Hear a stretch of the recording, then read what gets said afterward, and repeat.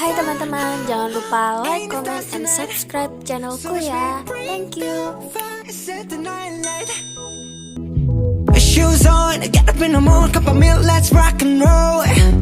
Kink out, kick the drum, rolling on like a rolling stone. Sing song when I'm walking home, jump up to the top of the brown. Ding dong, call me on my phone, nice tea and I'll get my ping pong. This is getting heavy, can't hear the bass, boom, I'm ready. Perkenalkan, nama saya Yosepin Octavia Wulandari. Saya mahasiswi dari Program Studi Pendidikan Guru Anak Usia Dini, Fakultas Ilmu Pendidikan Universitas Pancasakti, Bekasi. Dalam video ini, saya akan menyampaikan ulasan materi mengenai perkembangan kognitif dalam mata kuliah Perkembangan Anak Usia Dini yang dibimbing oleh Ibu Cilda Kumala Ashari, SPD, MPD. Let's go. 'Cause I'm in the stars tonight. So watch me bring the fire, set the night light. Hey, shining through the city with a little funky soul. So I'ma light it up like dynamite. Whoa. Pengertian perkembangan kognitif. Untuk mengenal perkembangan kognitif, kita mengenal kognitif dulu itu apa sih? Kognitif adalah proses berpikir, yaitu kemampuan individu untuk menghubungkan, menilai, dan mempertimbangkan suatu kejadian atau peristiwa. Dan proses kognitif berhubungan dengan tingkat kecerdasan atau intelijensi yang menandai seseorang dengan berbagai minat, terutama sekali ditunjukkan kepada ide-ide belajar. Jadi, perkembangan kognitif yaitu perkembangan yang meliputi proses mengingat, pemecahan masalah, dan juga pengambilan keputusan. Teori dasar perkembangan kognitif. Menurut Montessori, dalam Pat Monodewo tahun 2000, masa peka anak yang berada pada usia 3,5 tahun ditandai dengan suatu keadaan di mana potensi yang menunjukkan kepekaan atau sensitif untuk berkembang.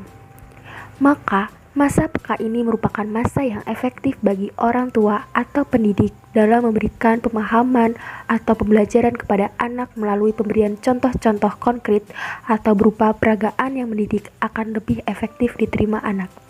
Kemudian menurut Dewi dalam Sujono tahun 1960, pendidik atau orang tua harus memberikan kesempatan pada setiap anak untuk dapat melakukan sesuatu, baik secara individual maupun kelompok, sehingga anak-anak akan memperoleh pengalaman dan pengetahuan.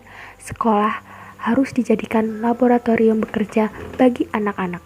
Kemudian menurut Giselle dan Ahmad Rudolph mengemukakan bahwa anak usia 3-4 tahun telah melalui dan mampu berbicara secara jelas dan berarti.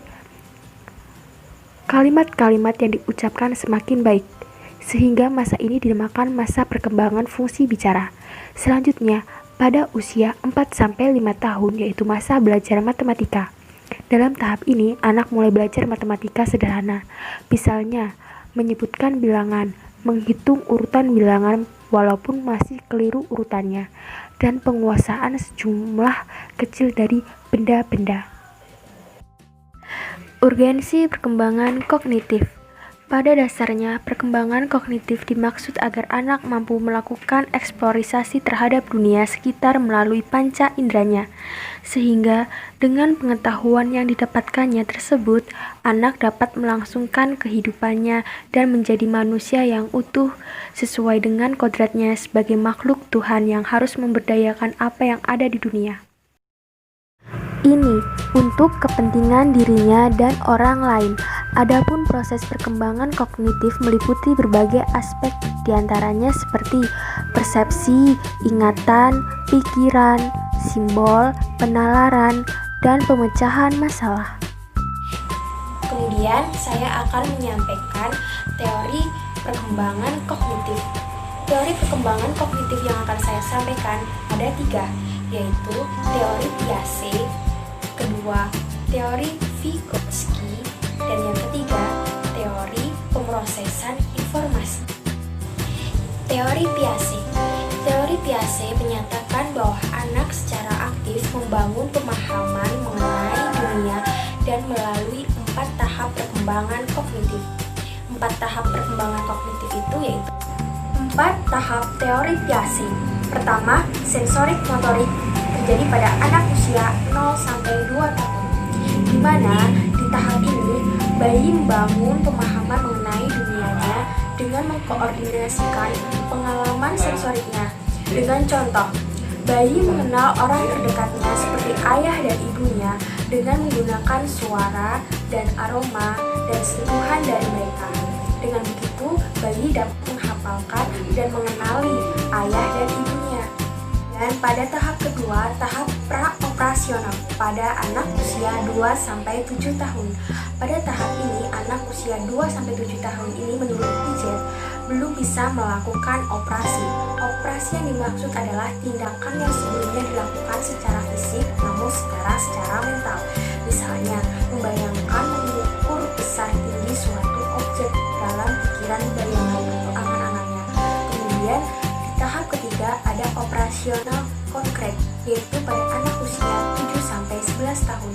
Pada tahap ini, anak sudah mampu melakukan operasi dan dapat berpikir secara nalar atau logis.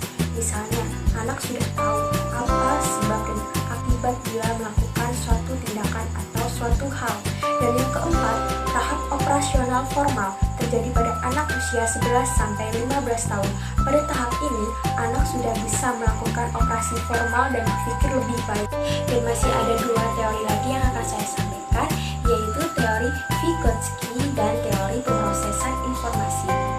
Berikut ulasan mengenai kedua teori tersebut.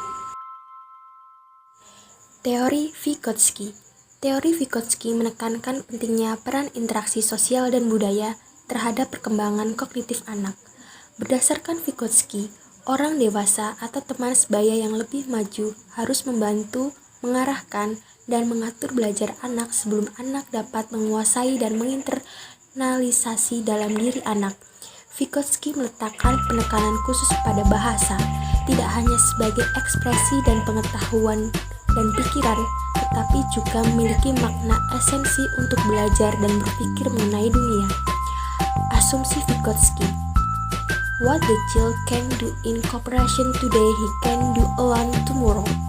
Yang artinya, apa yang dipelajari anak hari ini dengan bekerja sama atau bantuan orang lain dapat dilakukannya secara mandiri pada masa yang akan datang.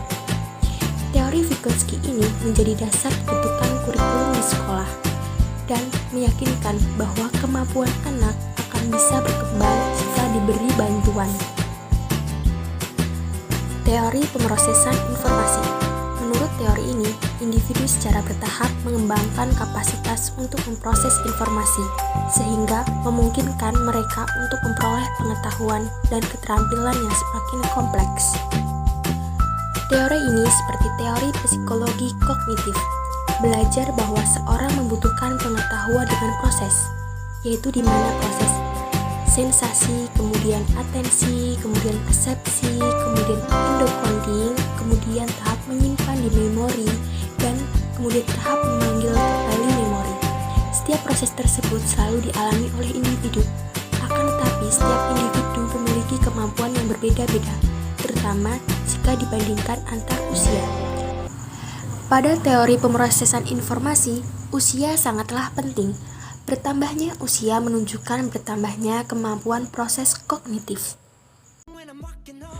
Dari ketiga teori tadi, kita jadi mengetahui bagaimana perkembangan berpikir seorang anak, dan terlebih jadi kita mengetahui bagaimana menstimulasi perkembangan kognitif anak.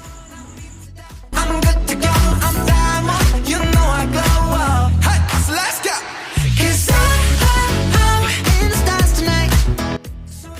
Sekian ulasan materi perkembangan kognitif yang saya sampaikan. Terima kasih telah menyimak, dan apabila masih banyak kekurangan, kesalahan dalam penyampaian, dalam tutur kata, saya mohon maaf. Sekian dan terima kasih.